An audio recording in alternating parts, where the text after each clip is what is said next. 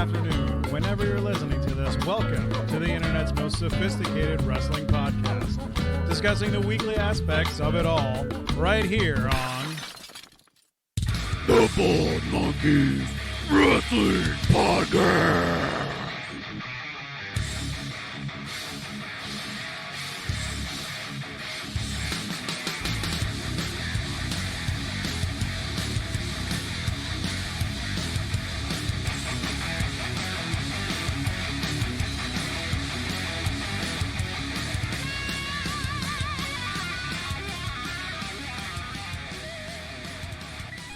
2 weeks.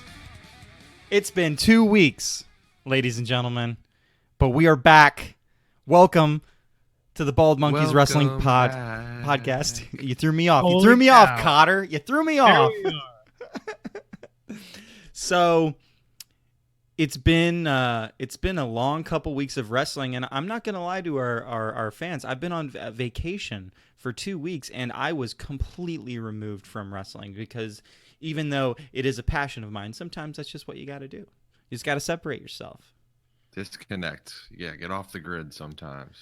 But this week has been a pretty heavy-duty week, and I've written down a lot of notes, and obviously it's one of those shows where we're making lots of picks because we got NXT TakeOver in Toronto, and is it in Toronto? Both of them are in Correct. Toronto. Yes. Toronto, yes. Canada's always a fun place for wrestling shows. They're always Bizarro world, yeah. Yeah, always really solid, you know. We'll have to see if it's better than Montreal. Usually not. Montreal's really good. No, Montreal and Chicago are usually like 1A and 1B when it comes to wrestling crowds. Philly's pretty good. New York. Philly was good too, yeah. They're rabid. Yeah, so before we get into the picks, which I'm sure is going to take us a while because we'll talk about these storylines that are going on, I made a few notes of things that maybe from a storyline perspective I would say are working, things that I say are not working, things that I'm not sure are working, and then I've got one thing that is a rumor that I think is worth talking about, and I want to jump right into that one. And it's that I was reading that Ember Moon is not liked by Vince McMahon. And interesting. I'm not She's sure. not Asian. Yes, this is this is accurate, but I'm going to tie it to that because if this rumor is accurate at all, and you know she has, you know, I don't really call that heat. If he's not into the character, I don't know that I would call that heat. Although that's the word that people like to throw around. Oh, she's got backstage heat. What, backstage heat? Because Vince McMahon isn't a fan of your character or what you're doing, or like if that's accurate. And I'm not saying that it's 100% accurate. Again, it's a rumor, but I would say based on what I've seen with her being in on the main shows, that it very well could be accurate because I feel like she's one of the more misused wrestlers.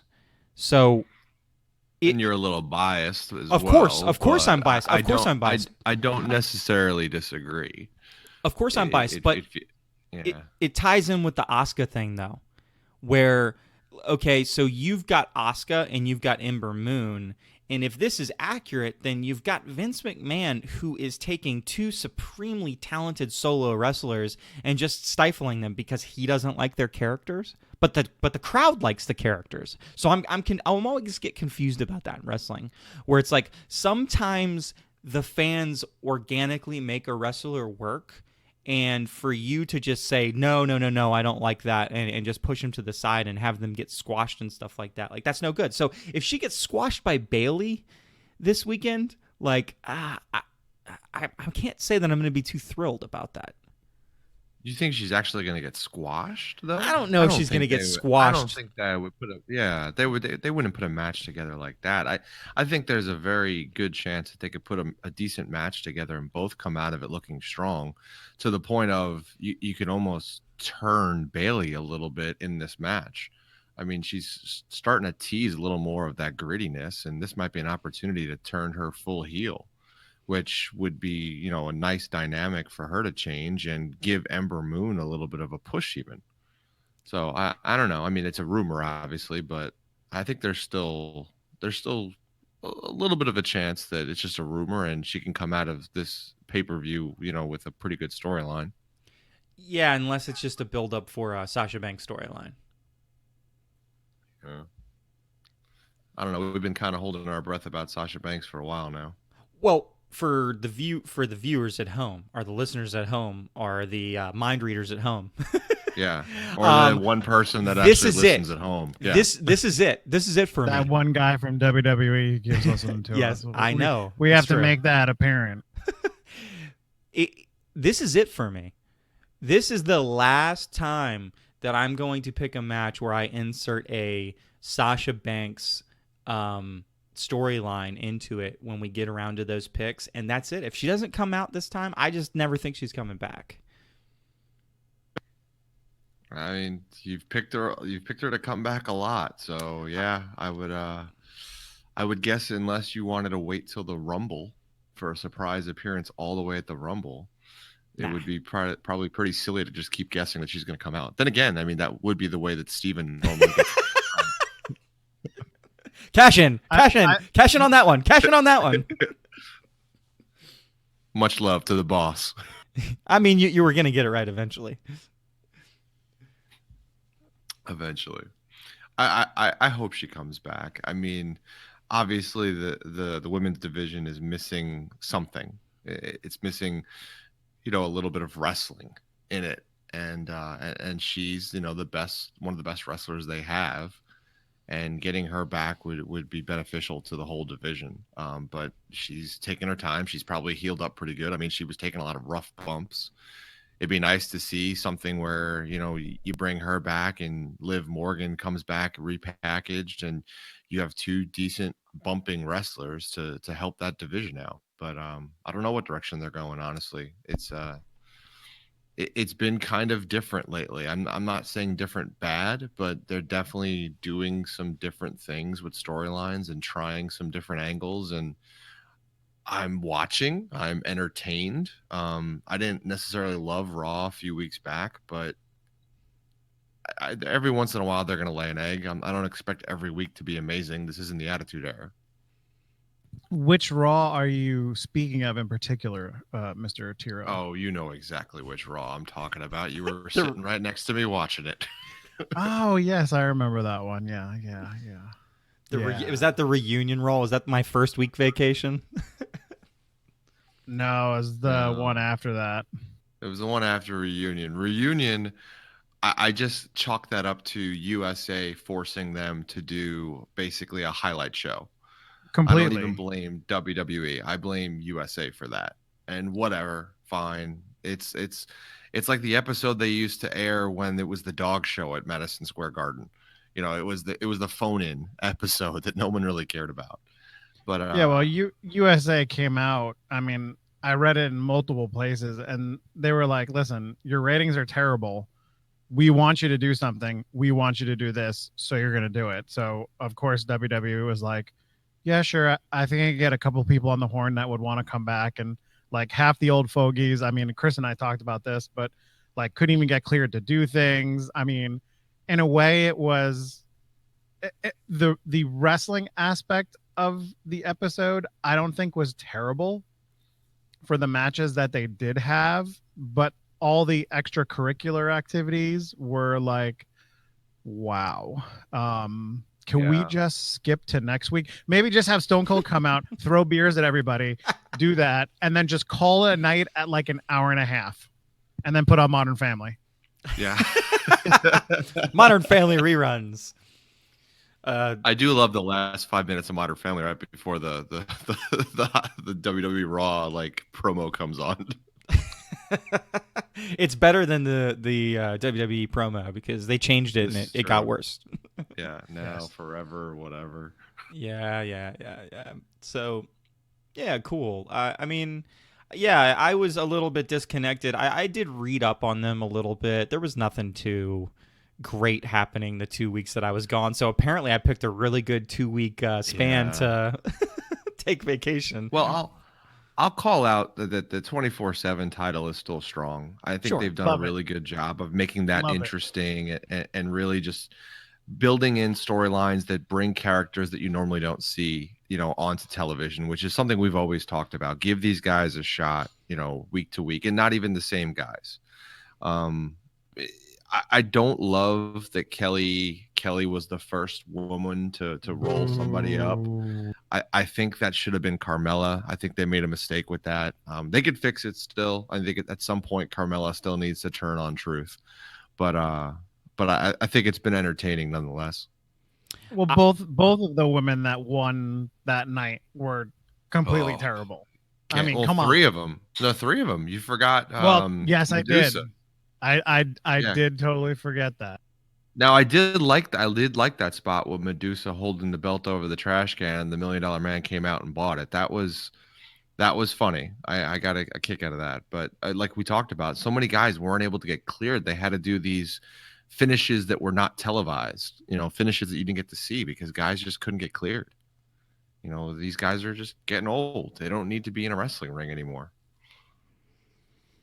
But yeah, but the 24/7 title has been interesting. I mean, it's I look forward to it continuing, beyond hopefully the next few pay-per-views. I actually hope they put a match on one of these pay-per-views of the title. That'd be a nice twist because right now you haven't even had an actual match in a while. Well, ding ding ding ding ding. You say the 24/7 title, and I have that marked as things that are working. Are you guys in cahoots? Did you guys talk before this? Because was I not invited? Come on. Well, here is Chris's prize. Nothing, because he's not my friend. Yes. You know what? And I want nothing from you because I'm not your friend. So I really enjoyed, as crazy as it was, I really enjoyed the OBGYN skit and having him pin his wife and take that, and then having Truth pulling a baby out and throwing it at Kanellis and then rolling him up. Like, it was just really funny. I agree. Yeah, and it's funny because they even just told us exactly what they were going to do the week before. Like, they didn't even like make it a surprise. She literally was like, "This is where I will be next week if you would like to pin me while I got my feet up in the stirrups." And then they just had him do it. It wasn't even a surprise. It was going to happen. But I mean, exactly. But come on, that was the worst fake OBGYN office ever. That's what made it so great, though. the purple curtain behind them and everything. Yes. Chuck, that was the issue you had with that? That is the only issue? That whole sequence? To be honest, that is what you picked out? Man, they really need to work on their decor. No, dude, the whole thing is just comical, which is great. But yeah, I agree. We all can laugh along with it, and it's a minute of us just going, all right, at least I'm entertained. I think that's what I feel like there should be a show like 24/7 TV, with just the 24/7 the Truman title. Show,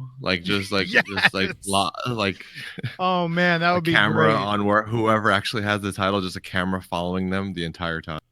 WWE, if you dare steal that, I am coming after you.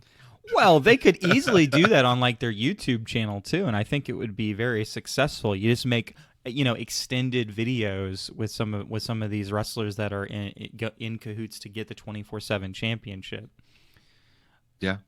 Because some of the exclusive stuff knocks it out of the park when they do it. In fact, that leads me to number 2 of things that are working. Ding, ding, ding, ding, ding, ding, ding, ding. Ding, ding, ding. The OC. Did you see the exclusive clip of the OC after their match with the New Day and Ricochet? No. What was this clip about? They're backstage and they're talking about, well, ever since we, won these championships, we have become heartthrobs to all the women of America, specifically mothers of America. We're coming after all the mothers. Actually, all of the mothers of America are coming after us. And oh my, I can't even remember. Oh my gosh, I can't remember who was interviewing them, but they go, "Are you a mother?" And she goes, "No." And they're like, they just shake their head and they just walk away. I was like, oh man, I love the OC. I love them. I love, that they've finally taken Anderson and Gallows, paired him up with AJ, and are just really rolling with them. They are good television. See, but now I have a random question, and I didn't follow Gallows and Anderson too much when they weren't in WWE, but what was with the face paint? Face paint is from Japan, so it's something that Gallows used to wear a lot over in Japan. Okay. Just his throwback to like the Road Warriors and stuff, and some of the Japanese people that he used to follow. But yeah, a big war paint thing that he used to do when he was wrestling overseas, when they were winning all those titles and becoming the club and being really famous over there. So I think it's good. It's a throwback. It's a rebirth for them. The OC was a great tagline. The original, the only. I mean, it's great. I think it works. I agree. Ding, ding, ding. It works. Well, are you ready to transition over to another tag team and our first things that are not working? Dun dun dun. It dun, is. Dun, dun. We apparently have gone in a time machine and gone backwards to a world where the Viking Raiders continue to just destroy local competition. Don't even get me started. I thought we got past this. We did for 1 week, and it was actually a really good, entertaining match. And then, like, all of a sudden, what the hell? What the hell, WWE? Come on. My boys deserve better. We know that they can beat Joe Schmo and Randy Schmucklack at any point in time. Randy Schmucklack. And we have the name of this podcast. Randy Schmucklack. Joe Schmo and Randy Schmucklack. There it is. Oh, man. He's on fire. He had the last episode name, too. So woo-hoo. Unless one of us come out of nowhere and just really throw out a zinger, I don't think we can handle Joe Schmo and Randy Schmucklack. It could easily be tough. I mean, come on. We still got at least another hour. This is very true. Yeah, we'll find gold out there. We'll see. That might be silver. We'll find gold.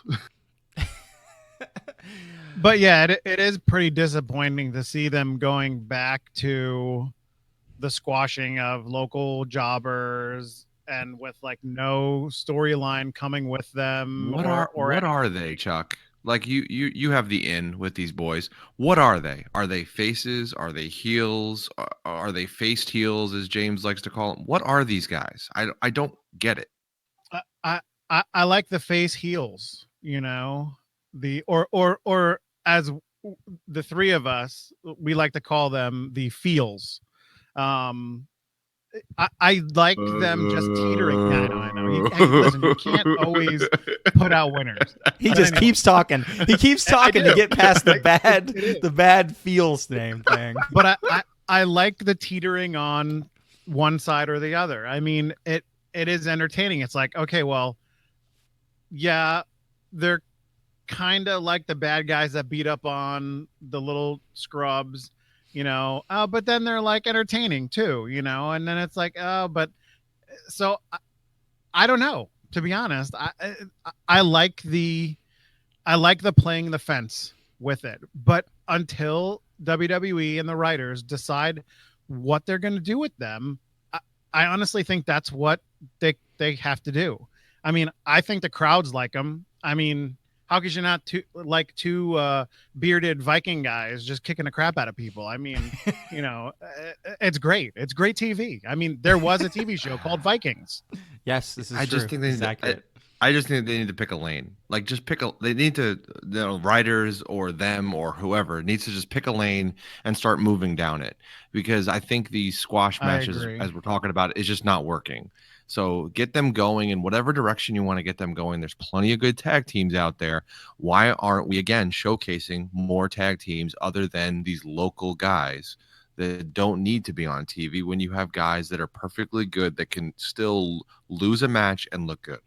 Oh, yeah. I mean, we talked about it a couple of podcasts ago when we brought up multiple tag teams that, haven't really been utilized on TV and everything. And they should. I mean, I forget what's the next pay-per-view after SummerSlam. Is there something in between SummerSlam and Survivor Series? There's got to be, right? Clash of Champions. Clash of Champions. Oh, we might be going to Clash of Champions. Yeah, we should be going to Clash of Champions. That's going to happen. It's just a matter of, you know. So Clash of Champions will be basically title versus title, right? So this no will be interesting. War Raiders, or Viking Raiders. So unless they win something. They're not going to be around for the next couple of pay-per-views to even have a shot to be, in something like that. But I mean, I guess that's a good thing because now it gives you 2 months, WWE, it gives you 2 months to get some story behind them, to get them going. I mean, come on. Sure. Nah. I mean, I don't have an issue. Zero. I don't have an issue with the character development itself. I think when you say pick a direction, I agree from the standpoint of just have them start to fight people, like real people. It's okay to be faced heels. I mean, Joe is a faced heel, and he's spectacular. Oh, he's amazing. Awesome. Gold. Samoa Joe, ding, ding, ding, ding, ding, ding, ding, things that are working. Hey.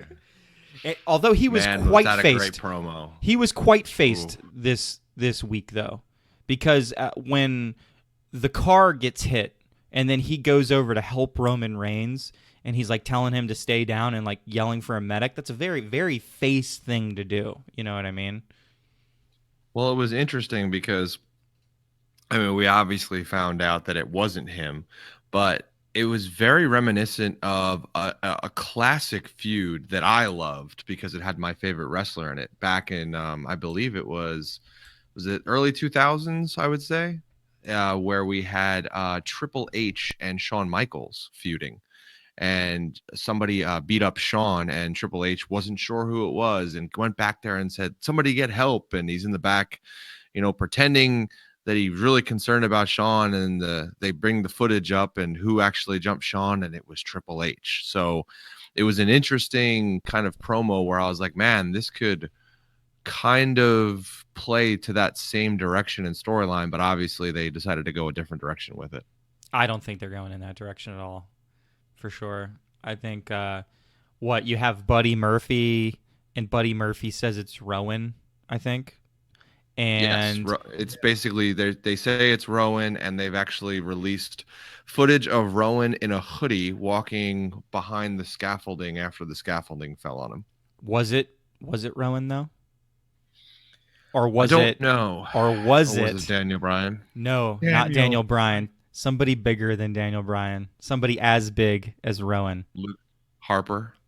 Maybe. Or could it be somebody else that maybe we're not huge fans of? Oh, no, not him. Who's him? Your favorite NXT call-up who is awful at promos? Oh, come on. They actually let him speak, and you wanted to, stab your ear. He should be back, right? He's healthy now? I have no idea. I don't know what Lars Sullivan is doing. I don't want to know what Lars Sullivan is doing. I think it might be Lars Sullivan. Oh, man. He kind of looks like Rowan from a distance. Bald head, beard. Wow, that's a pretty good, yeah. I hate you.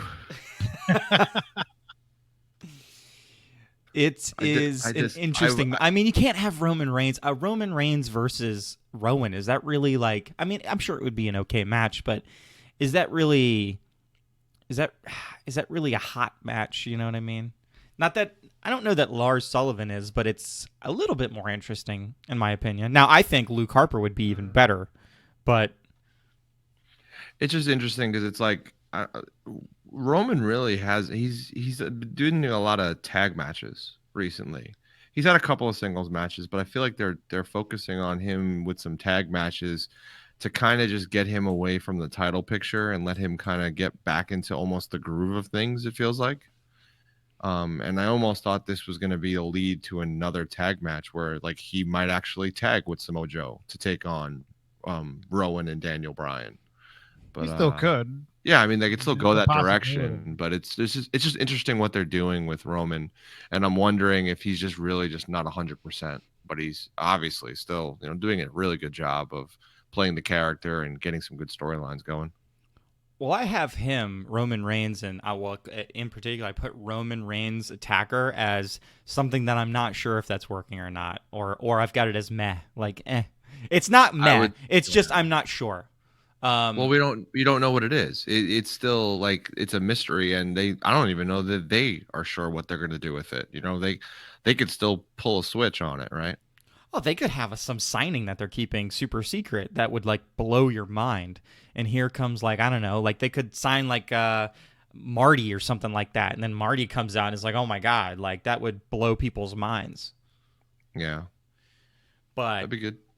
It would be very good. Now, do I believe that that's what it is? No, I tend to go with Lars Sullivan makes a lot of sense. Oh, I hate you if it's Lars Sullivan. Don't hate the player, hate the game. I'll just hate you. Sounds good. But the other thing is like Joe and Reigns kind of make sense, but like where's the beef between like Rowan and Reigns and Brian and Reigns? And if we even throw in like Lars Sullivan and Reigns, like with Lars, could it be like, no, you're not really the big dog, I am kind of thing, or what? Lars is just, a psycho, so I don't know that you even need a storyline with him to start engaging Roman Reigns other than, I'm a monster. I'm the real monster. You're trying to, like you said, like the big dog. Fine. That's fine. Like you could play off of anything. He's just an idiot and a psycho. Well, it's like that prison mentality thing, right? Like I'm gonna go after the biggest person on the show, which probably is actually Brock Lesnar, but we can't have everybody going after Brock Lesnar. So yeah, and that does happen. We just have the ring blow up. Like if there ever is a Sullivan Lesnar thing, like come on.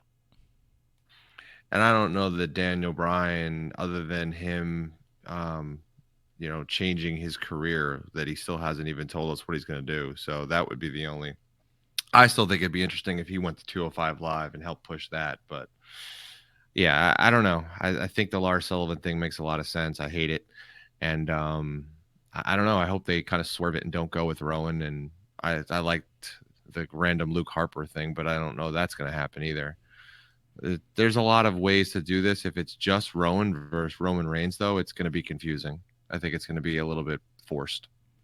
Yeah, it doesn't feel quite copacetic that way for me either. But I like Rowan. I'm not trying to knock Rowan. He plays a part, right? I don't know that his part is to go head to head with one of the biggest draws they have in Roman Reigns.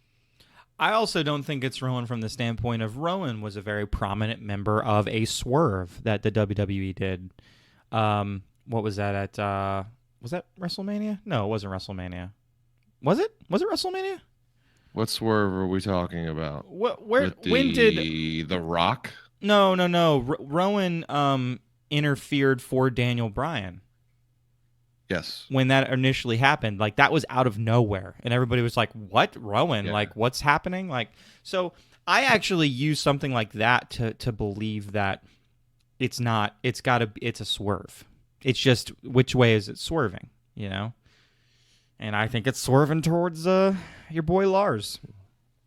We'll see. I mean, are they going to have is there any kind of match or interaction happening this Sunday, or are they holding off? I don't even know, man. The SummerSlam There's nothing card for either one of them. I don't think the SummerSlam card's a little weird. I don't know if you guys had a chance to look at it, but no tag team matches. Yeah, I know it again. Wah. Things that are not working. Men's tag teams at SummerSlam. What the hell's happening? You know what happened? We took 2 weeks off, and we didn't talk about the tag team wrestling, and they decided to not push tag team wrestling for 2 weeks. And here we are with no SummerSlam match. It's ridiculous. There are 15 matches over the weekend between NXT and WWE, Saturday and Sunday. There's one tag team match. NXT. And it might be the best match of the weekend. Hell yeah. I agree. It could. How Undisputed comes to play, and I love the Street Profits lately. Well, yeah, they've been doing very well on the main show, which that will definitely affect how I pick that match too. Sadly, I feel like I know exactly what's going to happen in that match, the ending, just because the Street Profits are kind of working on the main show. You know what I mean?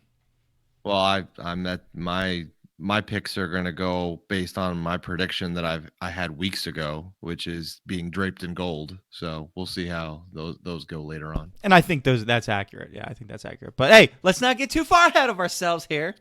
I've got one last thing. Well, unless if there's anything else you guys want to say on the tag team front. I mean, I don't know what else to say other than what the hell. Like you've done such a good job of kind of recovering the tag team divisions, and then to just leave them out of SummerSlam seems doesn't really make any sense to me. Yeah, so I'm gonna go on a rant. Go for it. And all right, and here it goes. And I think I started this in the text message chat, but I'm really gonna get into it right. And it's about the women, and it's about the tag team titles, because we're talking about tag teams right now. What was the point? What was the point of having the Iconics win those titles if all it was to get to was for them to lose on a weekly show in a fatal four-way the way they did? Bad story writing. What was the point? Why didn't we continue down the road of building them as one of the better heel tag teams that they have on the show right now? Why didn't they build up the other tag teams women's that they were building with Alexa and Nikki? You were creating tag teams, which is great, but build them up, not just immediately just move the titles. Why not put that match on SummerSlam? What was the point? What were we doing this whole time with the Iconics if all they were going to do was look strong in the beginning of that match and get knocked out early? That was ridiculous. That was bad story writing. And that now I'll go backwards and go, you know what? Sasha and Bailey were right to be pissed off, because that was a whole bunch of pointless that took us down this road. I couldn't agree more, but sadly, I find that to be, and it doesn't happen nearly as much anymore, but that's just typical WWE stuff. They want to believe it's working, and then when they give up all hope on it, they just pull the plug and do like a hard, like left or right turn, and then that's it. I think the Iconics are good characters. Now, would it be better served for maybe them to push Peyton and let Billy be the valet? I don't know. I still think they should do tag team wrestling. I am perfectly okay with the Iconics being a tag team. I'm perfectly okay with the Kabuki Warriors being a tag team for a while. I'm okay with Rose and DeVille being a tag team. They have the roster now of tag teams, and you kind of just killed it, because now it's figuring out who's going to chase Nikki and Alexa. And now you don't even have a match at the main pay-per-view, and your storyline has to start over. Yeah, I think for Raw on Monday, they have set up that it's going to be the Kabuki Warriors against Nikki and Bliss, I think, is what I thought I saw on WWE. Please don't tell me it's a title match. Please don't tell me we're going to play hot potato. It is a title match. Oh, like I'm so frustrated with them with this tag team titles. Like they introduced them too early, then they just misused them the entire time.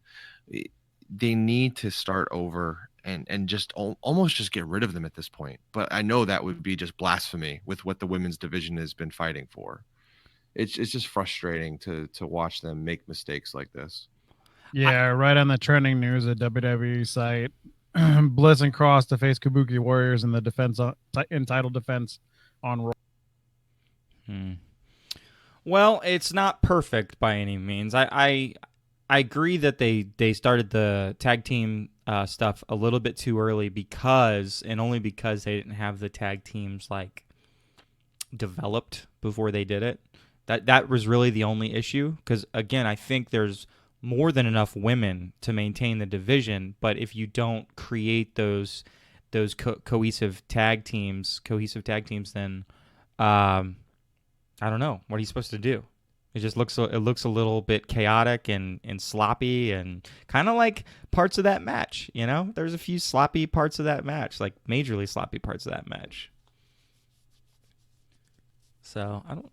Yeah, I've got it listed as meh. It was better. It wasn't bad. Like, the match was okay. I mean, and I actually think the Iconics were starting to show a little bit of rhythm, which was even more frustrating. Like, you finally get some rhythm out of these girls, and you're gonna make them drop the titles. Yeah, I was shocked that they were the first ones knocked out. Yeah, I mean, you would expect them to at least carry it all the way to the end, probably, and then right? and then lose it at the end.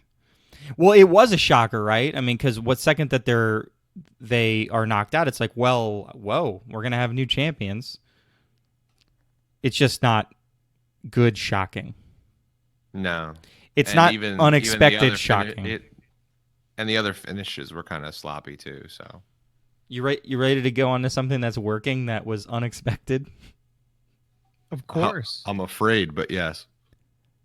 Kurt Angle being a guest referee randomly for a match, and then it's a swerve to have the Fiend come out and do the mandible claw to him.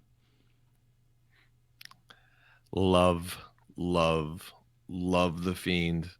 It makes all the sense in the world now that he thanked Mick Foley after he came in and gave him the mandible claw. And now it's very interesting that that's going to be in his repertoire of moves. And loved what they did, as in what you just said, not expecting the Fiend to come out and jump Kurt Angle at that moment. So perfect. Exactly what we asked them to do, right? Only do it in certain spots and do it when we don't expect it. Yeah, that was perfect.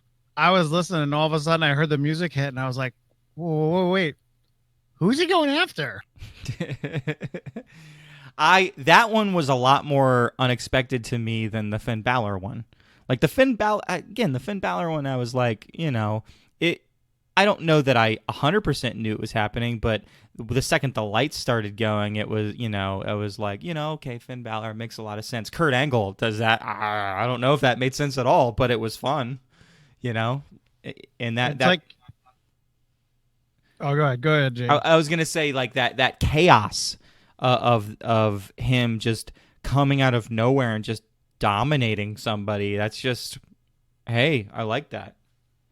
Yeah, I like him going after, some of the legends. I mean, we know that he's got the match with Balor on Sunday, but him coming in and doing the, like, the nutsoid, I'm coming after you, I don't care who you are, and then coming back and apologizing. I love it. It's so great. And we'll talk about the match against, Finn later, but it'll be interesting to see after that. And we know what's going on with Finn. What are they going to do next with him? Like, I would love to see him just, keep going after, like, a legend here or a legend there, and, throwing those things in every once in a while, because like I said, I was like, what, who is he going to go after? And then when he showed up in the ring, I was like, oh, wow, that's crazy. Is there like a solid place that we're saying, Bray Wyatt is definitely on this brand's show? Has that really been, I know he does stuff on Raw, but is it too much to have him jump brands?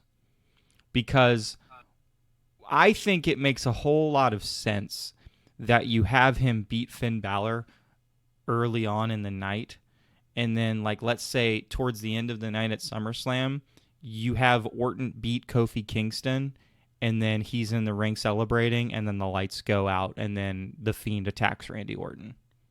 Ooh, that would be very interesting. I mean, then now you're going back to old school Bray, with Orton and talking about, Orton burning down the Wyatt house and all that kind of stuff. So, I mean, hey, it could happen, but yeah, I mean, that would be WWE. Listen up, that would be a very interesting little storyline to have going on Sunday. I kind of like that.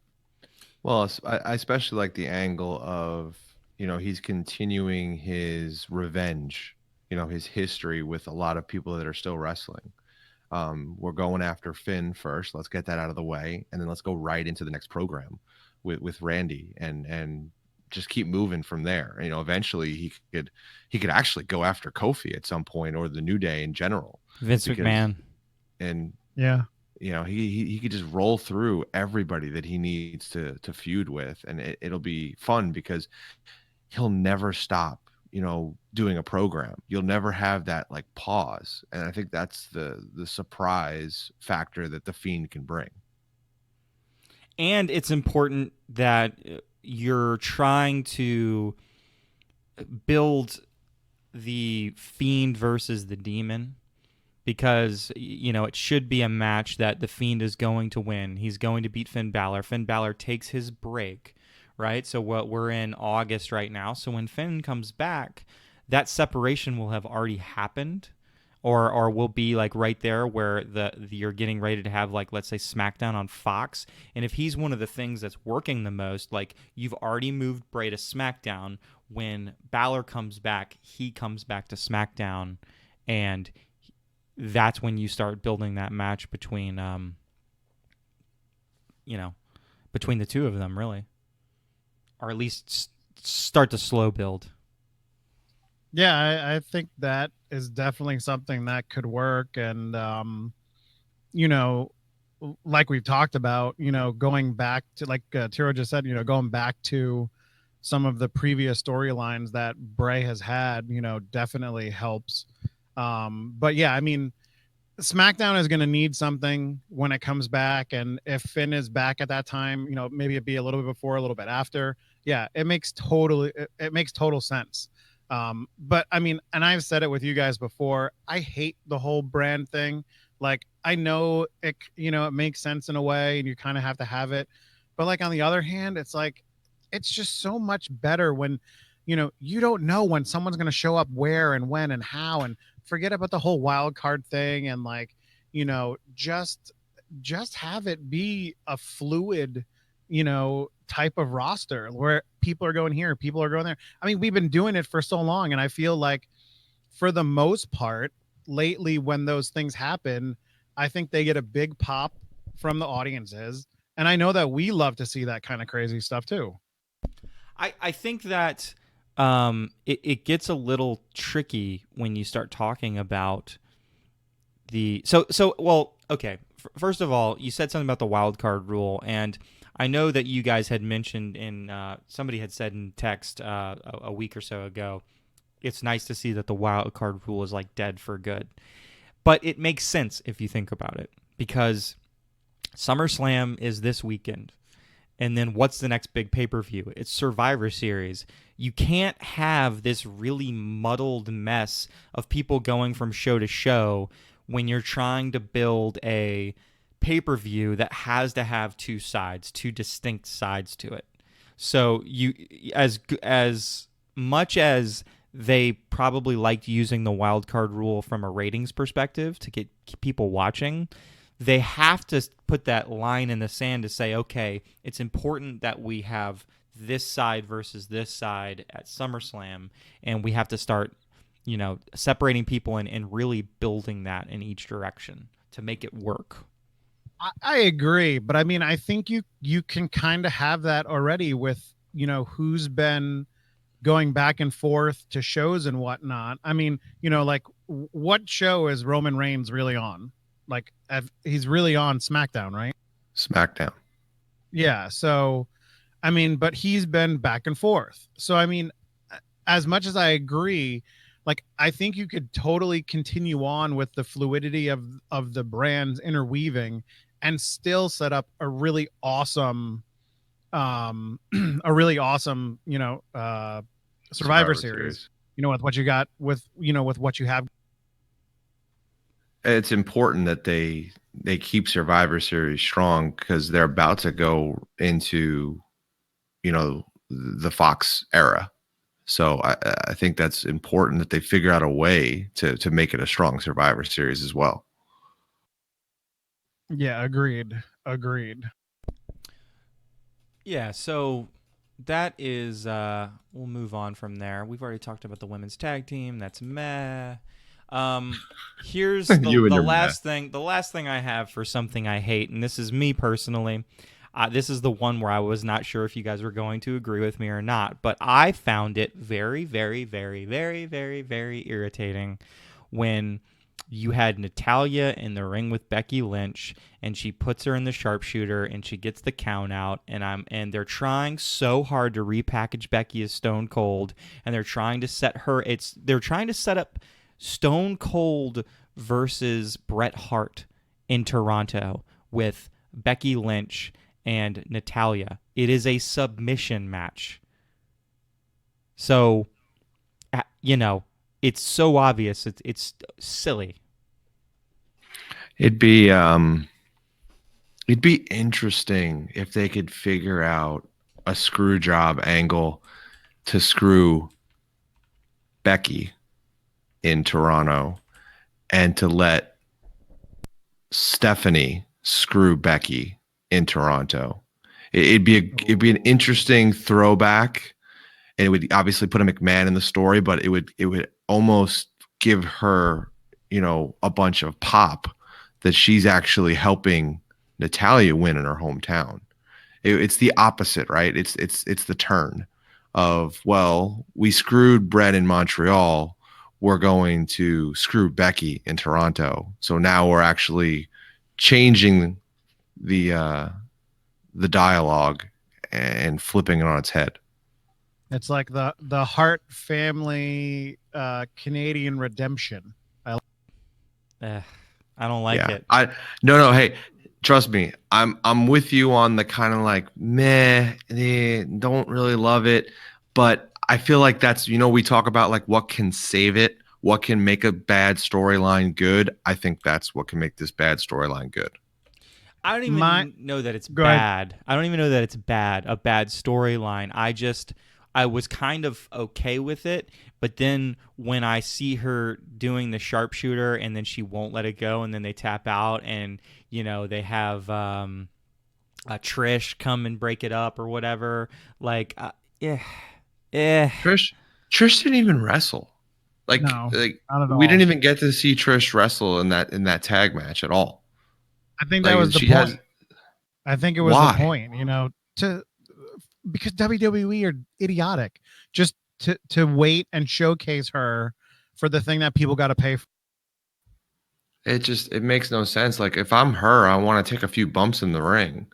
Like, let's go ahead. Let's take some bumps in the ring and let's work Charlotte a little bit. Let's get a little rhythm to a match that's, it's a big match. It's one of the bigger matches on SummerSlam if you think about it. Charlotte Flair versus Trish Stratus. Come on. I mean, that's bigger than Natalya versus Becky. It's bigger than some of the guys on the card. I mean, that's a pretty big match. On WWE's website, they have that billed as the third highest one, giving Lesnar and Rollins the number one. Which minus the two title holders, you could easily put that as the headline for the pay-per-view. Which, let's be fair, Lesnar Rollins, I kind of view that match as meh. I mean, it's like, I agree. Okay, I mean, I don't know that they've done anything to detract from it, but there's nothing to be really excited about it. It's been the typical kind of build up for a match like that where you have Lesnar just like, beating the crap out of Rollins, and Rollins is a broken man and he's like, I'm going to come back and win, but maybe he won't, maybe he will. I think I lean towards he won't, but either way, it's just kind of, I don't know. It's been done so many times before in so many different ways. It's typical. You know, I mean, if it were not Rollins and let's say it were somebody like Reigns, then instead of doing that, I'm going to beat the crap out of the little guy, it would be we're going to go out there and get into a fight and the whole backstage is going to have to hold us apart and we're still going to be able to, you know, get to each other or whatever. Like they love to do that little bit. Yeah, but so in a things that aren't working kind of landscape, what is going on with the sharpshooter and the part of the body that it actually injures? Can we talk about that? Because I don't know, I'm pretty sure, and I actually looked this up on a bunch of different like little websites. The part of the body that the sharpshooter actually is targeted to injure, I believe, is the lower back. Yeah, like the lumbar area, right? So how come every single time that Natalya puts somebody in the sharpshooter, they're always grabbing their freaking knee? Their freaking knee. Because I don't know. Because every time, it's ridiculous. Because while they care about making it seem like a valid sport, and will even take commercial breaks and stop the action, they don't go accurate with the anatomy at all sometimes. I mean, it's like, come on. Like, you can clearly look at the move and be like, no, like, it's not hurting their knee at all. Ask Creamy Kramer what it hurts, because I've put him in many a sharpshooter. We need to get the Creamy one on the podcast. Yes. At one point. Yes. Oh. He could vouch for the back pain that I have put him in those sharpshooters. Love it. So I've got something that I thought worked. It worked for me at least, and it wasn't like, see, here's the thing. It wasn't even a surprise. Like I knew that this match was going to happen at SummerSlam, but the set piece that they had where Ziggler goes out there and he signs the contract and Miz is like, all right, well, I'll face you on Raw. And he's like, what? And he's like, oh, yeah, you didn't read the fine print. And then he's like looking at Shawn Michaels and Shawn Michaels like, it's not me. And then Goldberg comes out. Obviously, I knew that was what the match was because they've just been talking about it like crazy outside of the actual show. But man, I love that. I loved that bit. That just worked for me. And I like that, if you're going to give Goldberg a redemptive match, yes, you give him an opponent like Dolph Ziggler, who is one of the best at putting somebody over. I liked that bit until Goldberg came out. What? Wait a second. Am I talking to Nick Tiro right now? Especially after what happened not too long ago with Goldberg. Yeah, I agree with everything you said about if you're going to get a redemption, you give him somebody like Dolph Ziggler who can get that redemption. And I disagree completely about the idea that Goldberg needs to be in a match at SummerSlam. He doesn't need a redemption. He doesn't need to be one of the matches on this card when you don't have a tag match on this card. I don't get the Revival Stratus and the Usos. I'll take Trish Stratus because you know what? She's wasting space. No, I'll take Trish Stratus. No, she's not wasting space. Who else is going to wrestle? They have too many people injured. Nia Jax is injured. Ruby Riott is injured. Sasha Banks is nowhere to be found. They have too many people injured. You need Charlotte to have a program with somebody. Trish Stratus works. They're repackaging Liv Morgan. I'm fine with that. I'm fine with Trish coming back. Now, I am not fine with guys like Aleister Black not having a match. That makes no sense. Cesaro not having a match. He deserves a match. He's been putting on a great show recently. The tag team, Revival not having a match. The Usos not having a match. We just talked about the OC not being in a match. The New Day as a tag team not being in a match.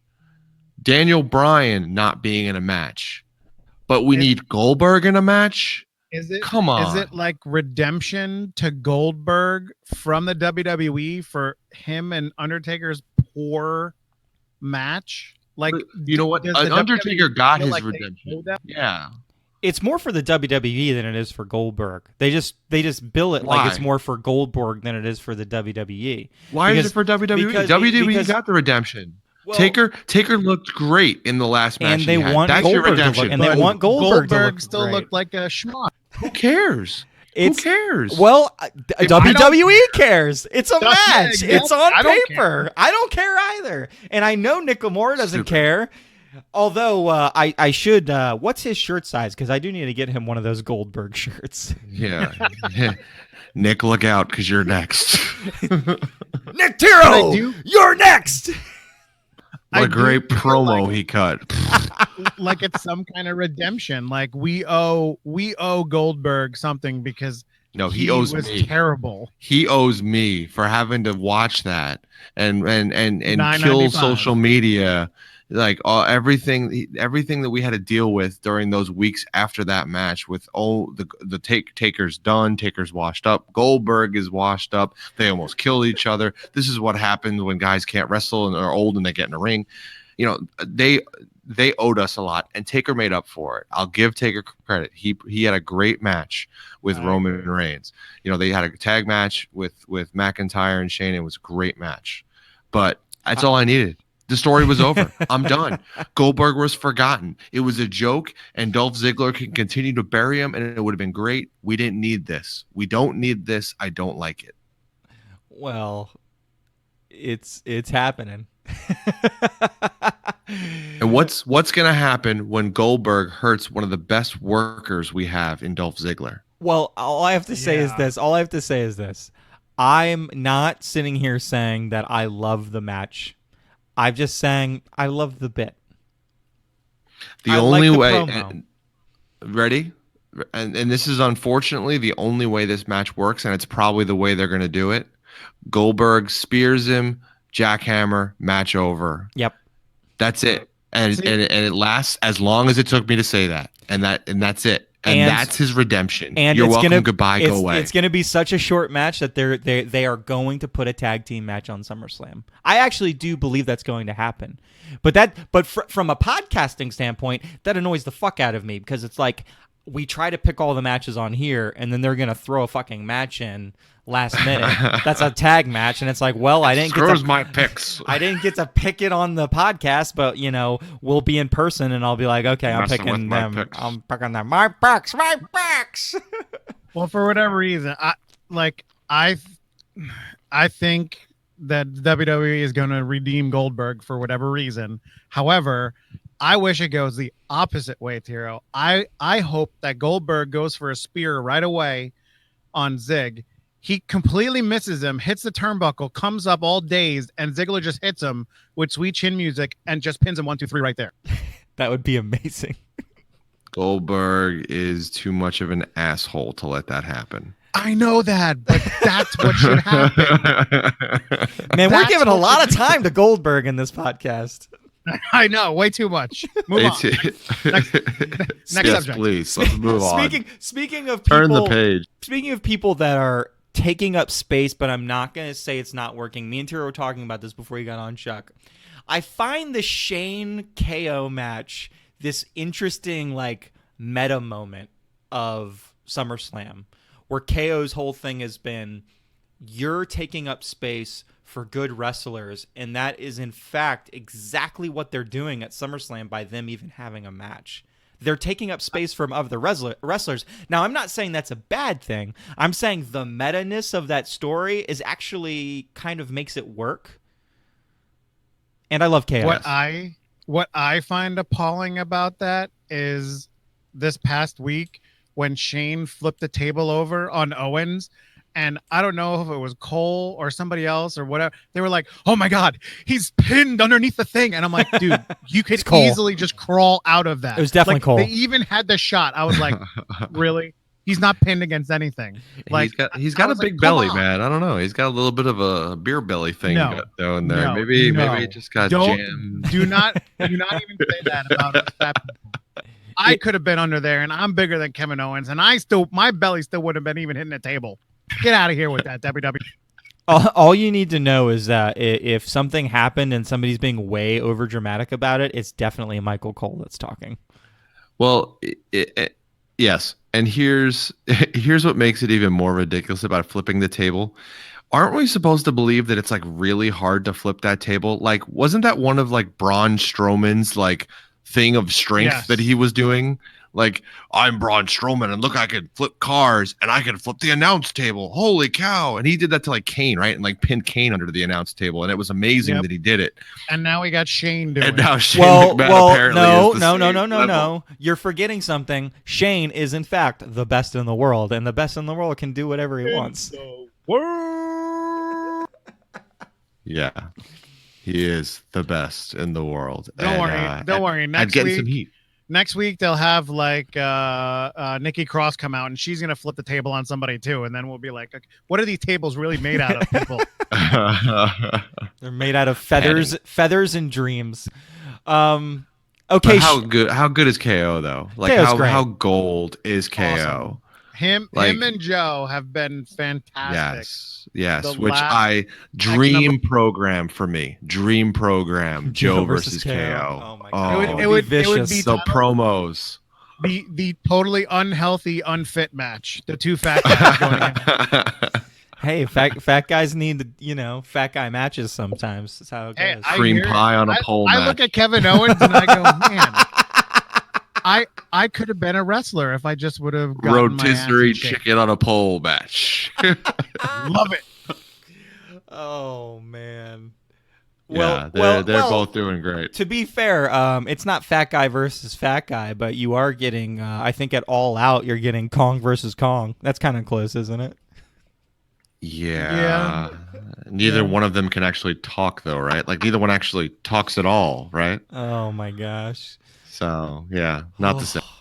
Okay. Shane McMahon, we're done with you. We're done with you till we get to your picks. Moving on. Two last things that are working. It's been very subdued. It's been very subtle. They've controlled it quite a bit. They haven't gone too crazy with it. I think that most of the promo packages for Kofi Orton are working for me. I just solidly like it. They're not going overboard with it. They're just like, hey, these two guys have history. Here's the history, and they're just playing off that for a match. It's perfect. It's the perfect example of guys that have been around for a long time not going overboard with trying to build something new, just taking history and good promos and good wrestling and making it into a good program. They didn't overproduce it. It's perfect. I love it, and it's probably what they should have did with Kofi from the beginning. To be honest, it would almost, after he won from Daniel and had Kofi Mania, it would have made sense for him to go right into it with Randy Orton. And I'm kind of forgetting all the other feuds he had, because this one I think feels right and makes the most sense, and I think it'll even cement Kofi a little bit to put him over as a true, really great champion. So I love it. If he wins. If he wins. And then my one last thing that's really working, although it saddens me to think that I probably don't get to see anything come out of it at SummerSlam. How good is Rey Mysterio and Andrade at having matches with each other? Well, how they've been good, right? Like they actually had that little feud for a while, and then Ray kind of moved over to another feud, and Andrade moved over to another feud. But it's obvious that they have some crazy chemistry, and I just don't know that it's gonna come to anything. I think they're just gonna put them on when they need a good match. They're just gonna go, "Hey Ray, Andrade, get in there." Just throw two guys that just really work each other really well.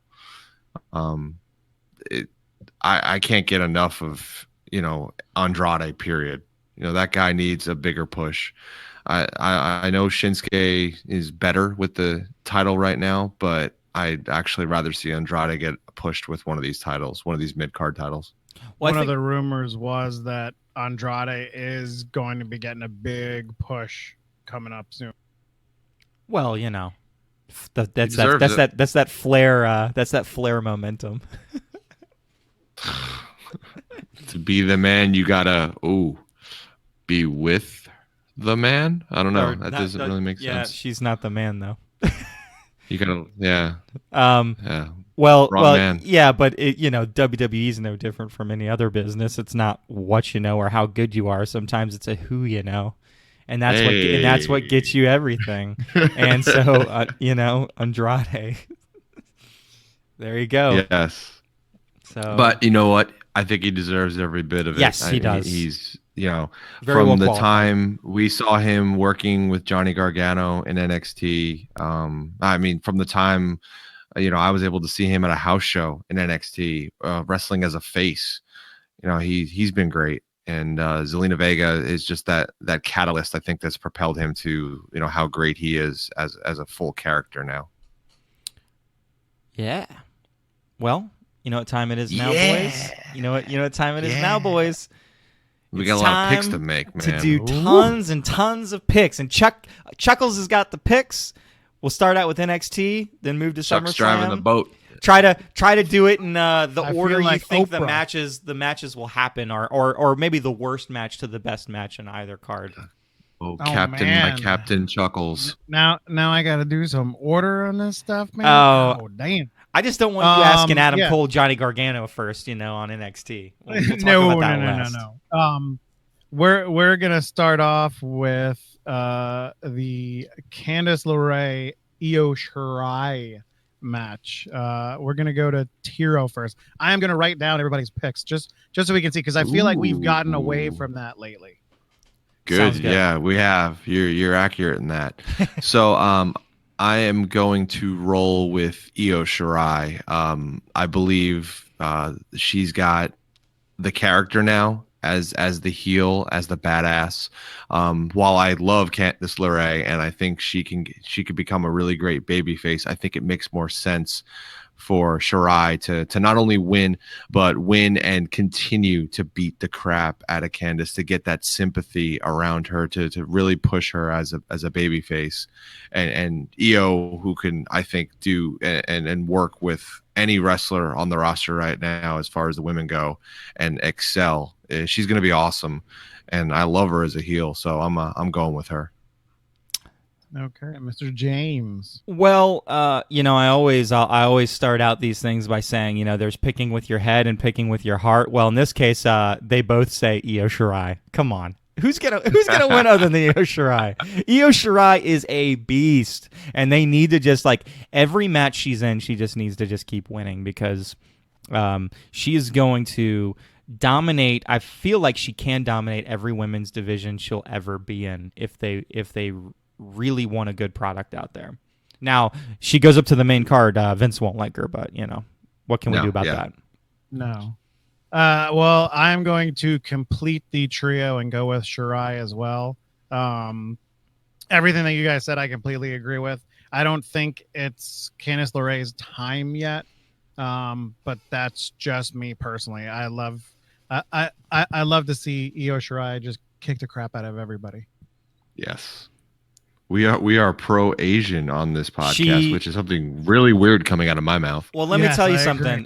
When Io Shirai had the match with Baszler and she did the moonsault with the chair, she won me over so hard at that moment. I was like, this is where we go. You go full equality on wrestling. That is something that you would let any guy do, so why not let the women do it? And she does it, and she does it great. And I thank you for the segue, because now we're going to go into the NXT Women's Championship match with Baszler versus Mia Yim. Again, Mr. Tiro. Shayna Baszler. I was a critic in the beginning, and I am 100% a supporter of her wrestling and her character. She's awesome. I think Baszler shouldn't lose anytime soon. I think she should hold that title for a while and really build that character before she gets to the main roster. So I'm all Baszler. I have to back Chris, and I will admit that we were at NXT Philadelphia TakeOver, and I actually screamed "Learn to Wrestle" multiple times at Shayna Baszler. And she listened to me. She's great now. So we love you, Baszler. Keep it up. Love you. And I again agree with you guys. It doesn't make sense for Yim yet, just like I said with Leray. And I think it's going to come to another Shirai Baszler match, which will be one of the better ones. Coming up in another paper. Main event. Put I in agree. The books. That main event. The main event I want to take over. It would be worth it. They can make it really, really good. Yep. Okay, we're gonna hit next our favorite division, the tag team division. Hell yeah! With the tag team champions, the Street Profits versus the Undisputed Era. Mr. Tiro, go. Love me some Street Profits. Great promos lately, doing a great job, entertaining me, even when Raw's a little slow. But I'm sorry, this pay-per-view is all about being draped in gold and being undisputed. So 100% the Undisputed Era come away with the tag belts for the third time. As I mentioned before, and while I agree with your gold drapery thought process, my thought process is more geared towards, I think that management really likes the Street Profits on the main show, and they're going to move them up to the main show because they've been just killing it on the main show and their backstage promos and stuff like that. So I think that's really, really more than anything what's pulled them up to the main roster. And if you get pulled up to the main roster, you got to lose your belt. So, Undisputed Era. And again, I completely agree with both of you. What a boring week of picks. We will disagree. We're gonna disagree on stuff. Don't worry, we're getting to them. It's coming, folks. It's coming. I agree with the push up to the main show. I mean, they're great on the mics. They are great entertainers. I enjoy seeing them every week. And you want to know what? Even though we get down on the tag team division and how much they're unutilized, I feel like inserting those two into either one, SmackDown or Raw divisions, would be amazing to have them in there. So again, I'm going with Undisputed Era winning and the Street Profits coming up to Raw sometime soon. And may I add that I really hope that when they do move the Street Profits up, that they continue to do the thing that they used to do when they would win matches in NXT. Go into the crowd, dance with the people. They will love you forever for it. Be with the people. Yeah. Yes. Okay, the next match, we have the triple threat for the North American Championship. The Dream versus Pete Dunne versus Roderick Strong. Whew. It's a good sounding match, right? This is where people might disagree. I know. I'm thinking I'm going to pick something different. Yeah, and I could definitely sit here and talk about how much, I love Riddle or how much I love Velveteen, but as we've heard from this podcast weeks ago, I'm sticking with the prediction that this is the pay-per-view where Undisputed gets all the gold. So I got to go with Roddy, and Roddy's going to come away with his first singles title in NXT. Big baby. I'm thinking that it's time for Velveteen Dream's ride to end. I think he's going to lose the title, but I don't think Roderick Strong's going to. I'm going to go for something crazy just for fun, okay? Pete Dunne is going to win the title, and he's going to be part of the Undisputed Era. Going for it, baby. It's time to turn on Roderick Strong, and he's not even going to be ready for it. The Undisputed Era is going to turn on him in that match, and it's going to be Pete Dunne that joins the Undisputed Era as the North American champion. What? Wow. What? It's a crazy He's already out there in British prediction. Strong style. That is out there. It's out there, and I love it. Wow. Well, while I disagree with him joining Undisputed Era, I do agree that Pete Dunne is going to win the North American Championship. I'm on an island. There you go. You are an by island yourself, of gold, Mr. Tiro. This time. It's a gold island. It's wonderful. Now, just pure transparency here. Chris Tiro is probably right. Christopher is right. Roderick Strong will win this match, but I'm not going to pick Roderick Strong. I'm going to pick Pete Dunne. It's going to be a good match. It's going to be a good match. It's going to be an excellent match. It may be the best match of the night. Potential. Until the last one. Oh, no. Until this one, the 2 out of 3 falls match for the NXT Championship. The champion, Adam Cole, versus Johnny Gargano. So, real quick, what's the stipulations in this match? What's the 2 out of 3 falls stipulation? I know we've got 2 of them announced. Is that accurate? Oh man, I don't even see that. I thought the rumor was they were going to each pick one, and then Regal was going to get to pick the third one. Is what I was hearing. Yes, yeah. So there will be a stipulation for each fall. The stipulations for the first 2 falls will be a street fight chosen by Gargano and a singles match chosen by Cole. What? If there is the need for a third, NXT General Manager William Regal will decide the final stipulation. Weird, right? Like that Cole just picks a simple singles match, right? Very odd. Yeah. So I'm obviously picking Adam Cole. I'm not even going to do some weird, long, drawn out thing. Huge Gargano fan. Everybody knows that. Love Gargano. Love Johnny Wrestling. But I'm sticking with my prediction, and I'm kind of stumped at what the third stipulation is going to be. I would love for them to do something out there and do a first blood stipulation, but I just don't see WWE doing it. But I think with the pressure from AEW, there's a chance. There's a minuscule little grain of sand chance that they could do it. And that is my big bold prediction for the TakeOver pay-per-view. First blood as the third stipulation in this match.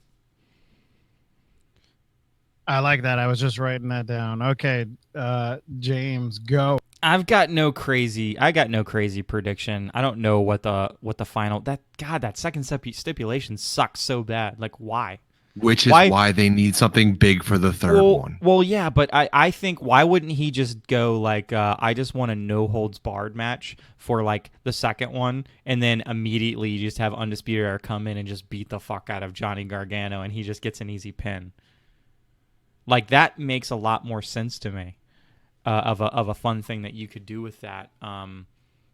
That being said, are we gonna just try to pick stipulations real quick? I'm gonna go with street fight. I wrote down. So street fight, singles match, and then if I were in charge, what would I pick? I would pick. Man, I mean, what is the breakdown? I hate these street fight things. What is a street fight? Isn't a street fight just a hardcore match? Yeah, but it's isn't Street Fight Falls count anywhere? I believe so. Yeah. Man. No, they could. I mean, but they tend to change these stipulations on the fly. We'll watch and we'll assume it's the normal Street Fight rules, and all of a sudden it's got this weird twist to it, right? All right. Well, let me go just balls to the wall, crazy pick, because I don't think I'm going to get any points in this. I don't think I'm clever enough. I'm going to pick Adam Cole, and I think that you're going to know what Regal's stipulation is right away when they start the pay-per-view, because there is going to be a cell hanging above the ring, and it's going to be Hell in the Cell for the last match. Ooh, like it. Well, what a terrible surprise. Well, yeah, it wouldn't be a surprise, but... Well, it wouldn't be a surprise. What was that thing up in the sky? It wouldn't be a surprise for. I mean, well, yeah, but when it comes to the surprise stuff like that, I don't know. I mean, I don't know that it matters for. Well, you know what? Well, that's I like your off the wall guess, but as soon as the pay-per-view starts, all we're going to be doing is looking above the ring and being like, "Is there? Is there?" Well, but they could start the pay-per-view and they could have him just announce what the stipulation is if it goes that. Yeah, true. and just have the surprise be at the very beginning. I mean, a surprise is a surprise is a surprise. I mean, I don't know what a good match type is for, I mean, I think of all the crazy match types that you can. I mean, I guess it could be a TLC match. That would kind of make sense. Like, okay, it's going to be tables, ladders, chair match. That second fall worries me. They're like, okay, this is the third match. And then a chain comes down from the ceiling. Okay, we're putting the belt up on it. TLC match makes more sense actually, but I'm still gonna stick with Hell in a Cell. Okay, so I'm gonna go with Cole. I agree with Tiro where the whole storyline for the most part is going. I love the First Blood thing, but James stole my thunder, and I had already written down before this TLC match. I think it's great. I think they would do a fantastic job with it, and putting the belt up there after they split the first two, I mean, would just cap off a great 2 out of 3 falls match, in my opinion. Transparency again. That's happening. By the way, that has to be what it is. Just sitting here thinking about it. Awesome. Just sitting here thinking about it. That's got to be what happens. So something about that second stipulation makes me wonder what they got in mind. Yeah, the fact that it's just a singles match. Go big or go home. Yeah, it's like that singles match. Secondly, it's I don't know. There's something around that we'll see, obviously, and I'm excited about it, and that's why NXT is awesome. They've gotten us interested and excited, and we haven't even seen the match yet. And we're all gonna be disappointed when it's a last man standing match. Oh God! It's another 2 out of 3 match. Rotisserie chicken on a pole. Indeed. All right, that's NXT. Yep, that's it. That's what we got. Okay, so now we're moving on to Sunday. The B show. Yep. Truth. Our truth. So, 24/7 European champion. Whoa, what? I-95, 747. So on the pre-show, I think it's the Drew Gulak for the Cruiserweight Championship versus Oni Larkin, right? Yeah. Yep. Gotta go with Gulak. Gulak. Did I jump the gun? Yeah, I did. Gulak. I was gonna give it to James first this time, but we'll let you go again, Tiro. We'll let you have your way. You could switch it next time, but I'm still picking Gulak. It wouldn't have changed anything for me. It's got to be Gulak. Yeah, and again, with how boring our picks have been today, I agree. I'm gonna have some heart picks. I'm gonna have some heart picks coming up. They're on their way. So. It's gonna get trickier here shortly. Yeah. So, even though WWE has the Trish Flair match rated on the higher end, I am going to do that one next. So, Trish Stratus versus Charlotte Flair in a normal, boring singles match. James, go. I think that Trish Stratus wins because Charlotte ends up DQing herself by just after a while just going off on Trish Stratus. And whoever comes out to stop her is her next opponent. I don't know who that'll be, but so Trish via DQ. You got it. Tiro. Woo! Charlotte Flair. We're mixing it up. I gotta go with Charlotte, and it's based on what I'm going with later on. So Trish takes the pin in her hometown. Unless she planned on wrestling for a long time, she's already gotten her swan song, so she doesn't need this one. Charlotte Flair. Yeah, this one's kind of tough for me. I would love to see Trish win just because I've always been a fan of Trish, but I am going to go with Flair, the same as Tiro, to see who Charlotte is going to be kind of eyeing next as she gets back into the fold here. May I say as well, not only do you like Trish Stratus, you get very hostile with people who interrupt you from seeing Trish Stratus. That's right. Damn. Okay. So now we're inside joke. Moving right along. Now we're gonna go to the sleeper match. Goldberg versus Dolph Ziggler. James. Well, as much as I hate to do it, my heart is with Ziggler, but my head is overwhelmingly telling me to go with Goldberg. So Goldberg's going to win, and I think Tiro's right from before. He's going to win very, very, very quickly. Tiro. Hate this match so much. Goldberg wins. I hope I'm wrong. That is all. Well, I'm gonna go against you guys and fuck yeah, and pick my situation. I'm gonna be rooting for Chuck Hard in this one. Yes, Ziggler is gonna win in less than 15 seconds because Goldberg completely misses a spear, comes up and gets kicked right in the face. So hopefully that happens. It probably won't, but a boy can dream. Here's the dreaming. Please.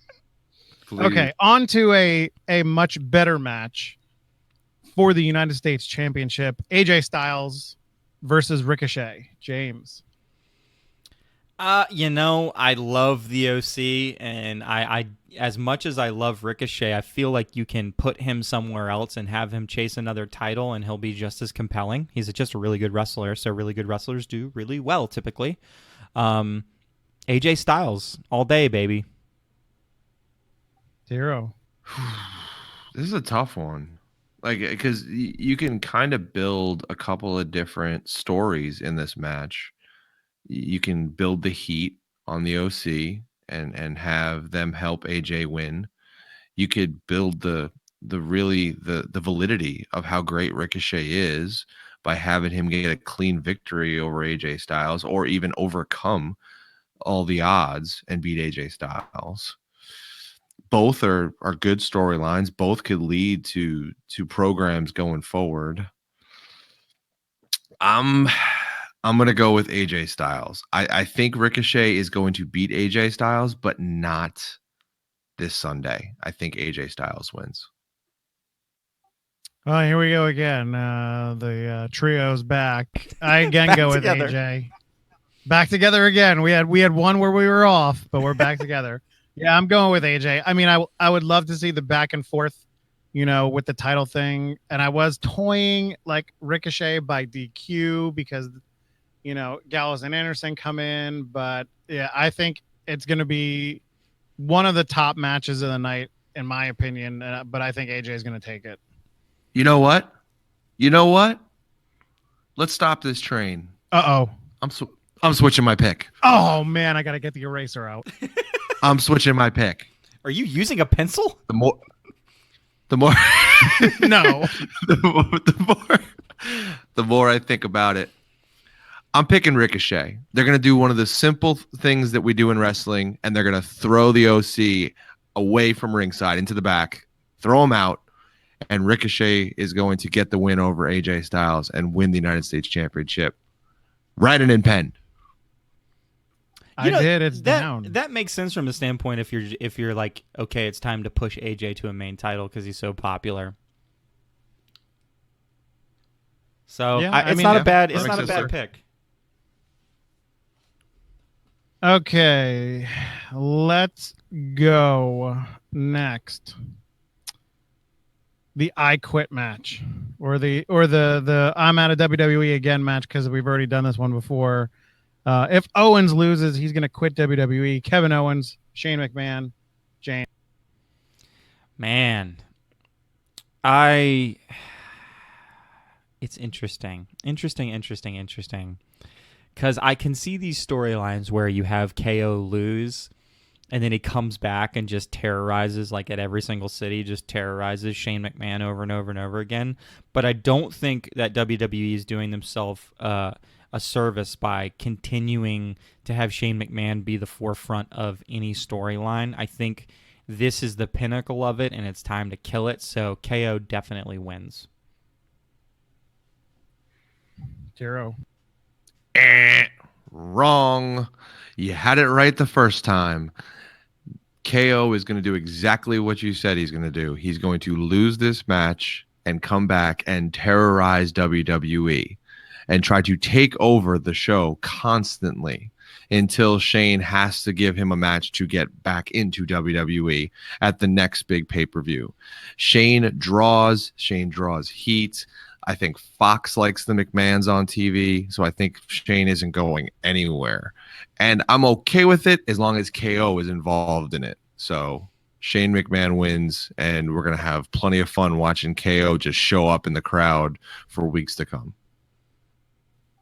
And as much as I don't like to say this, I am going to go with the best in the world, Shane McMahon. Yes.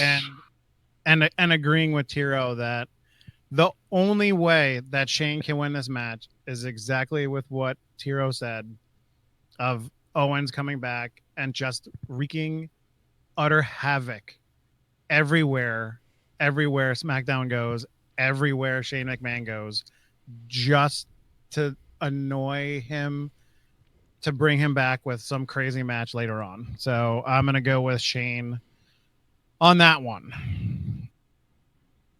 Don't worry, James. You're right. You just pick it wrong. It's not the last time I'm gonna do it. There's a heart pick coming up pretty soon. I'm not sure when he's putting it. Don't pick with your heart, man. It's happening. I'm losing points because of it.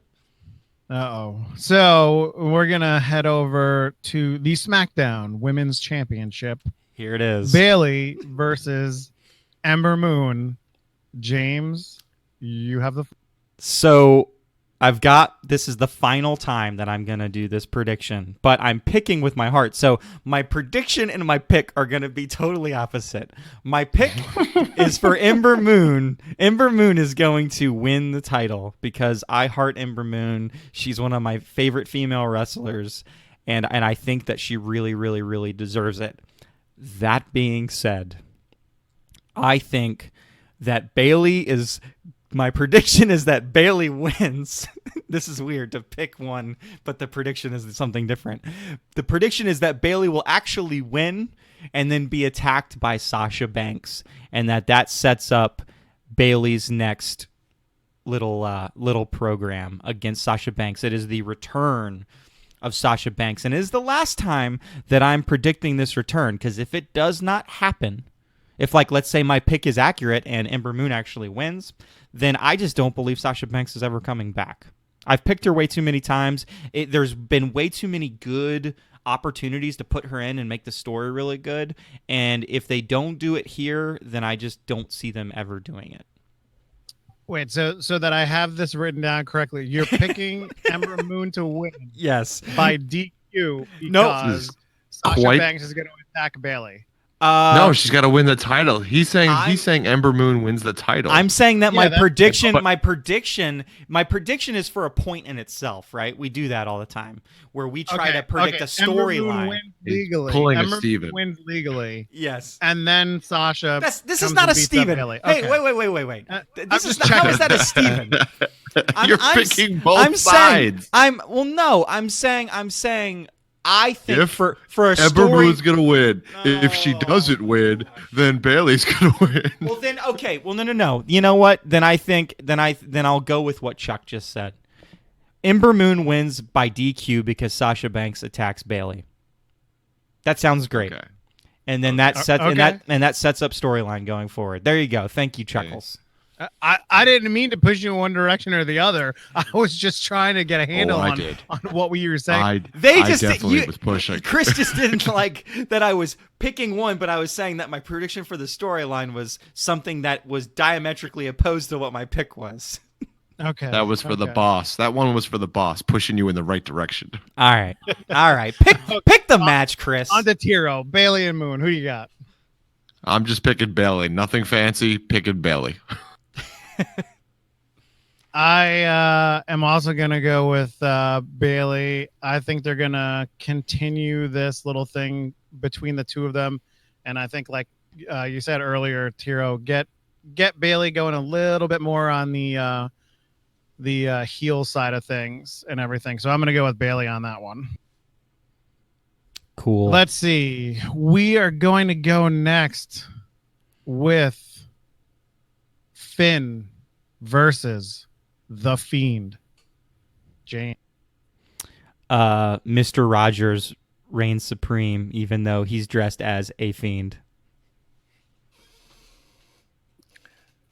Tiro. You know, I mean, Bray Wyatt's winning.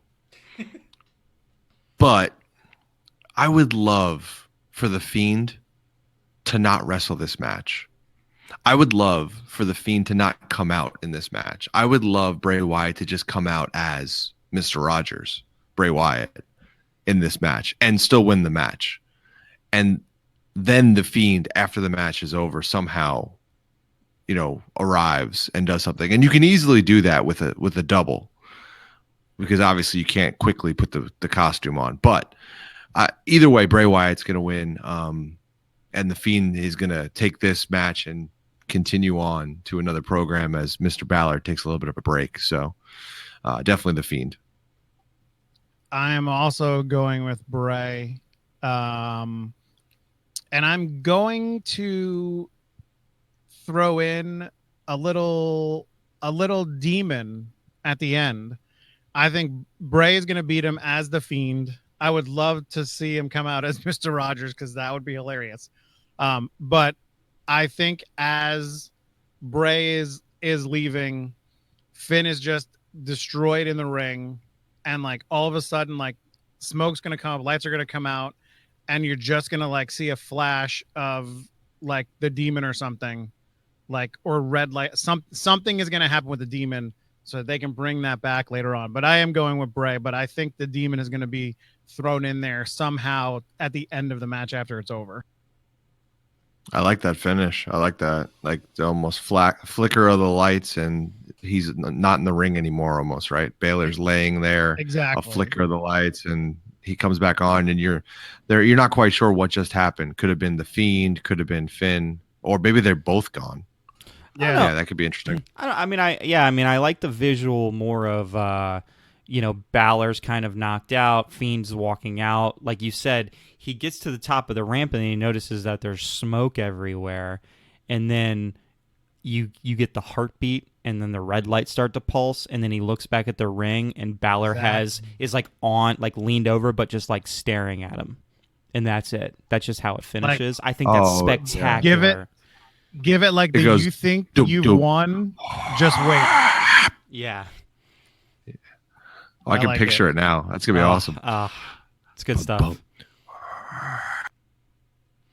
Okay, so let's go to. Man, we should write this stuff. Right? WWE Championship: Kofi Kingston, Randy Orton, James.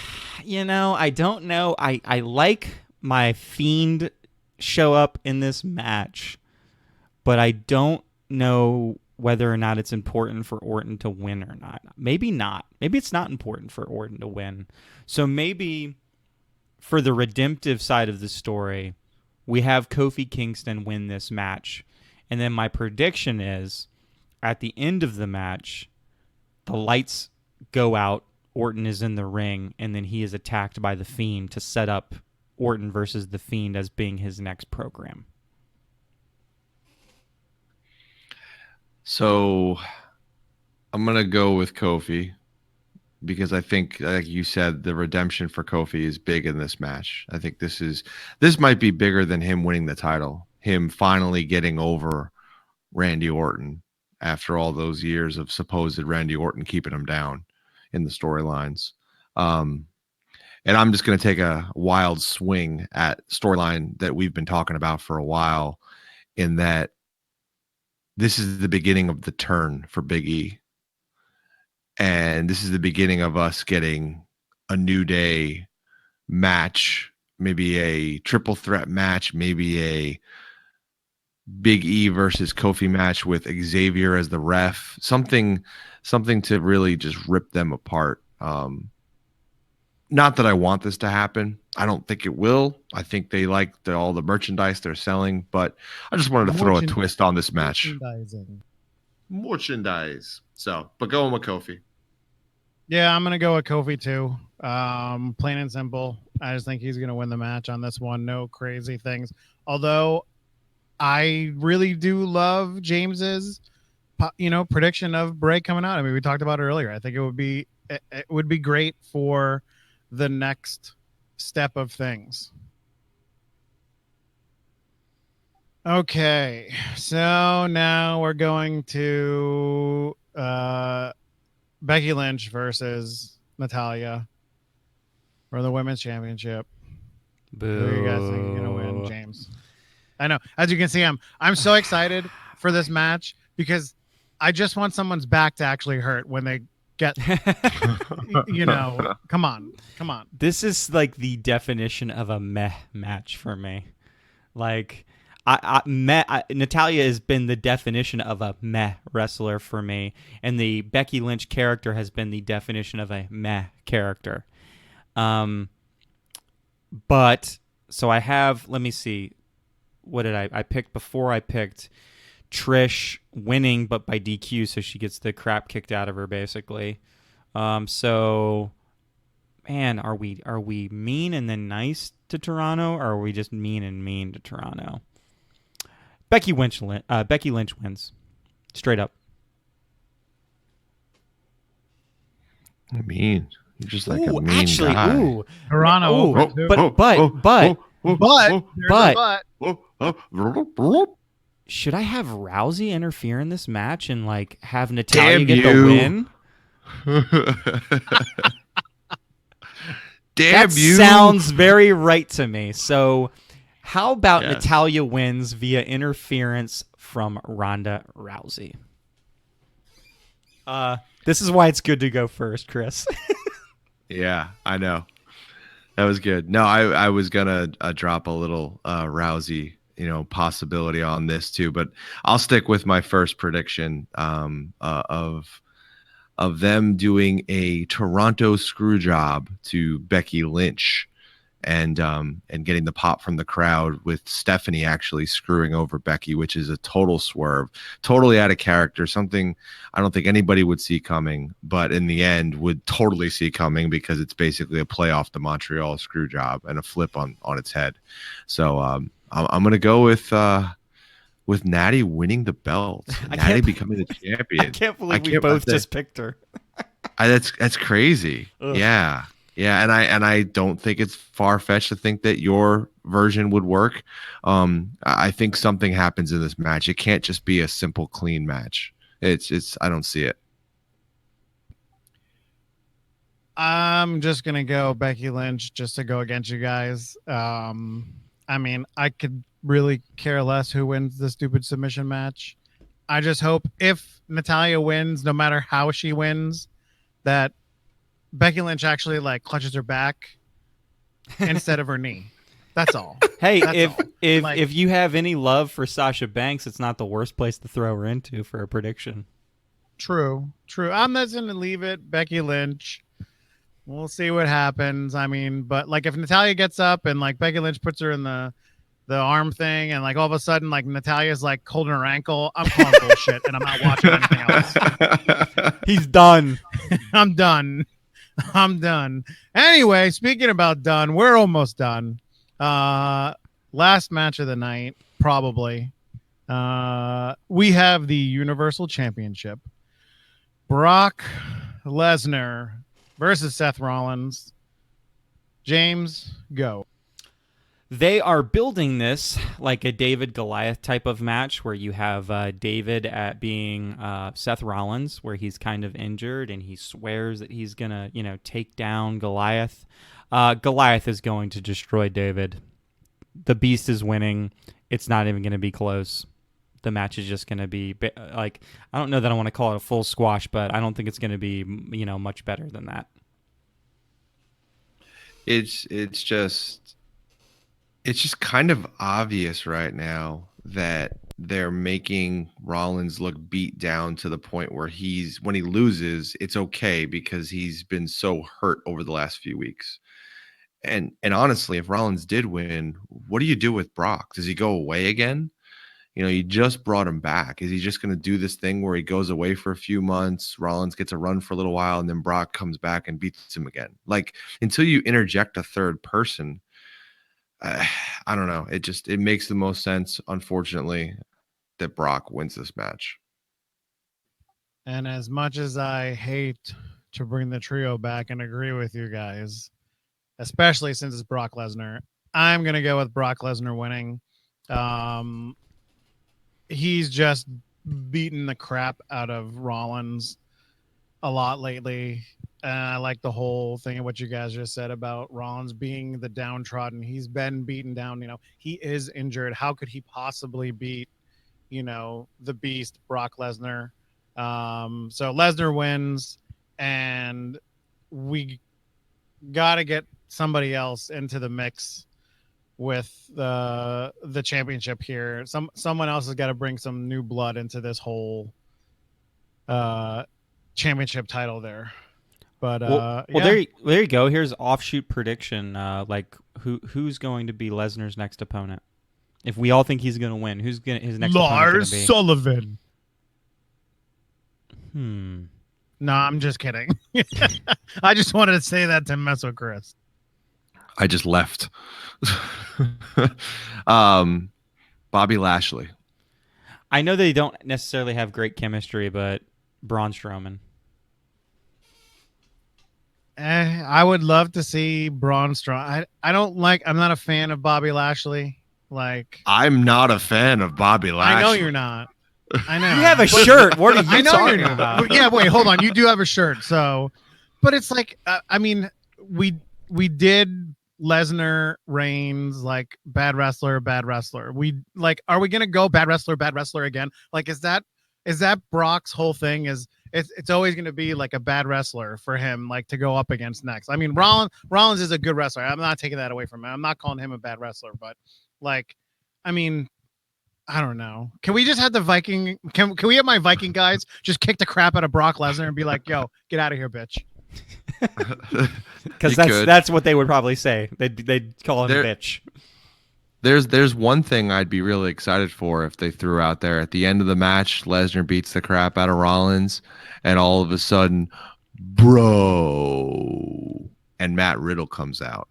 That would be interesting if they went ahead and made the big push for that. But I don't know that Riddle's ready. But that could be interesting. Truth. Our truth. 48-7 European champion. Waffle House championship. I got my baby back. Yes, this is a thing. Well, that's it. That's all the picks, right? That's it. That's all. I'm a little winded. That was all. That was a lot. Yeah. It was a long podcast. We've been talking for almost an hour and 50 2 weeks. minutes. But we had a lot to catch up on. Minus anything else being thrown into the fray on Sunday. I don't think anything's going to change on Saturday, but who knows? Something could happen on Sunday. We might see a tag team title defense possibly. Oh, please give me a pre-show tag team match. Just a pre-show one. I'll take it. I think it'll happen. It's you have so many good tag teams. It's got to happen. The boys are showing up. They're showing up. They're kicking the crap out of somebody. So how about we go for some crazy prediction or some match or something that you guys want to see this weekend that we don't know about, that we maybe haven't talked about either. I know that might be a little difficult. I'm gonna go with a straight of one guy just showing up this weekend. Rusev, get him back on TV. He's had a nice little break now, but I'd love to see Rusev back. I think he's been away long enough now that the crowd would pop really loud if he came back in a big spot. So I'll just take Rusev back this weekend. I've seen him on TV. He's been in those commercials. I love it. He looks like a normal guy. Is he the one who hit Roman Reigns? Ooh. Wow. Also a good option. You're doing the Roman Reigns spear thing. Okay. Wow. Yes, good option. What about you, Chuck? Rusev crush. Oh, sorry. I'm going to go with an addition of a tag team match, and I'm gonna say my Viking boys show up, and I'm gonna say that they kill destroy Toronto locals. Yeah, Detroit. Yeah. No, I'm gonna go that the Viking really Raiders show up and they take on the Usos and destroy them. Just because. That could be very interesting. That's a good way to squash some guys that have been driving around drunk. Yeah. Yeah. I'm gonna go with I don't know, let's say a surprise signing of Marty. That's gonna be my guess. Love it. And he's gonna show up. I'm not sure where he's gonna show up. Maybe he hit Roman Reigns. I don't know. Maybe not. Maybe he just shows up. He is a villain. He is a villain, and the villain, really. And so I think that that would be a crazy prediction. Do I think it's gonna happen? No, but hey, I would appreciate it, and it would be. I mean, as we sit here, it's like, what are they giving us for SummerSlam that's gonna knock our socks off? And I don't know that. You can make up a lot of the stuff that you're not doing with something like that to get people really pumped about something. But let's be honest and let's give them credit. Sure. The last few pay-per-views have been good. They've been doing a better job recently. They've been putting a better product out recently.